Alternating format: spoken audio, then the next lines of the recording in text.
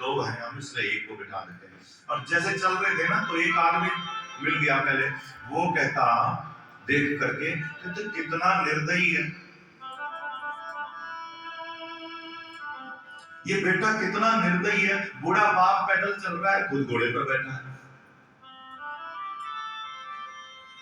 अब थोड़ा आगे गए, बेटे ने कहा पिताजी मैं चल, तुम नीचे आता हूं, तुम बैठो, दुनिया कह रही है, बात भी ठीक है। अब थोड़ा आगे गए तो एक और मिल गया, वो भी क्या कहता, कहता ये बूढ़ा कितना निर्दयी है, खुद घोड़े पर बैठा है और बेटे को पैदल चलाता है। थोड़ा आगे गए तो इन्होंने कहा ऐसा है पिताजी, हम दोनों बैठ जाते, घोड़े पर दोनों बैठ गए। थोड़े आगे एक और आदमी निकला, वो कहता कितने निर्दयी है, घोड़ा कमजोर है, इतने हड्डे कट्टे और दो दो बैठे हैं घोड़े पर। घोड़े का तो ख्याल करो भाई। आगे जाकर के दोनों उतर गए, कहते अब चलो। एक आदमी और मिल गया, वो कहता कि इनके बराबर पागल कौन है, साथ में घोड़ा है और पैदल चल रहे हैं। बोलो हार हार।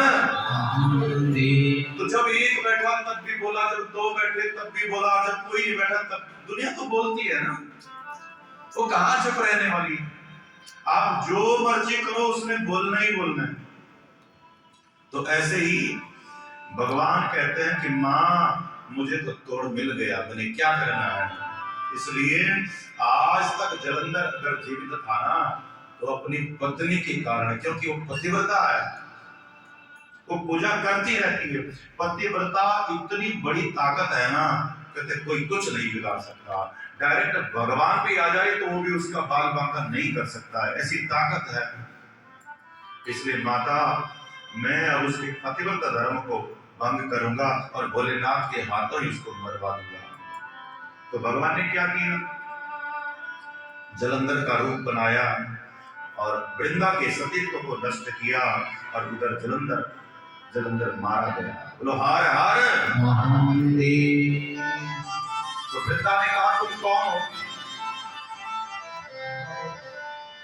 कौन हो तुम। भगवान अपने असली रूप में प्रकट हो, बोले हे देवी, तेरा पति बहुत सी स्त्रियों का सतीत्व जो है नष्ट कर चुका था, इसलिए मैं भी जलंधर का रूप बना करके हजारों स्त्रियों के सतीत्व को मैंने बचा दिया। वो तो आगे भी बहुत से बुरे कर्मों को करता, इसलिए हे देवी क्षमा करें। वृंदा बोली कि धर्म के संस्थापक होकर के तुमने मेरे सतीत्व को नष्ट किया, मेरा ये शरीर किसी काम का नहीं।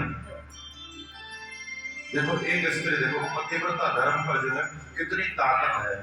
डायरेक्ट भगवान है सामने, फिर भी उसको जो है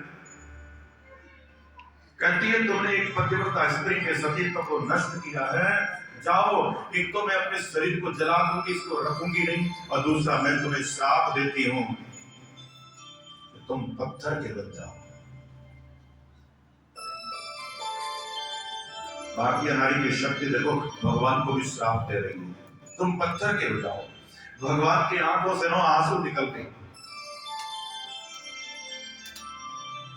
कि मुझे पाने के लिए नारियां जो है पतिव्रता धर्म का पालन करती है, मुझे पाने के लिए स्त्रियां पतिव्रता धर्म का पालन करती है, लोग तप करते हैं, लेकिन इस देवी को मैं स्वयं मिला और धन्य है इसके पतिव्रता धर्म को कि मुझे आने के बाद भी मुझे जो है श्राप देती है। बोलो हार हार।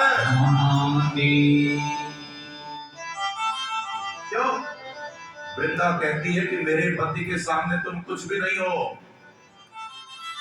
तभी तो मैंने कहा ना कल कि जब अगर पति परमेश्वर चाय मांग रहा हो, खाना मांग रहा हो, तो वो जो आप मूर्ति पूजा माला जप रहे हो छोड़ करके पहले चले जाओ। सबसे श्रेष्ठ धर्म है पतिव्रता धर्म। दुनिया को दिखा दिया कि पतिव्रता धर्म क्या होता है। भगवान ने कहा हे देवी, यदि मैं पत्थर का बनूंगा तो तू मेरी तुलसी बनेगी। तो आज में देखो भगवान कहते कि जब तक तू मेरे सिर पर नहीं चढ़ेगी ना, तो तब तक मेरे सिर में दर्द बना रहेगा, बोझ रहेगा। तो आज भी देखो ठाकुर जी को तुलसी चढ़ती है, बगैर तुलसी के प्रसाद भी नहीं लगता। वो कहते हैं कि मैं प्रसाद ग्रहण ही नहीं करूंगा।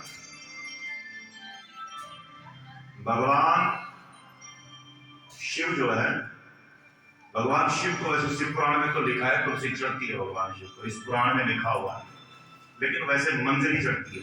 क्योंकि दरअसल क्यों कि जब शिव जी ने जलंधर को मारा ना, तो ये वृंदा जो है, ये तुलसी जो है बैर रखती है भगवान शिव से, इसलिए मंजरी चढ़ती है। तो कथा ही तो बहुत है, आगे द्वादश ज्योतिर्लिंगों की कथा आती, लेकिन बहुत लंबी चौड़ी कथाएं हैं जो हम ज्यादा कर भी नहीं सकते, भी काफी कार्य हमारे और बचे हुए हैं।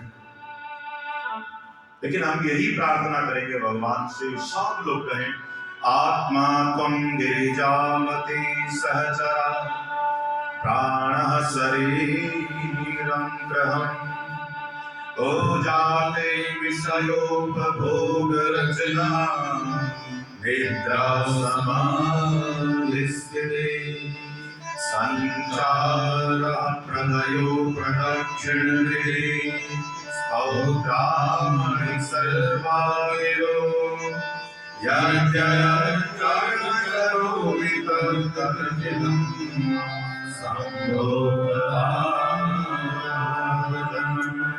सब प्रार्थना करें।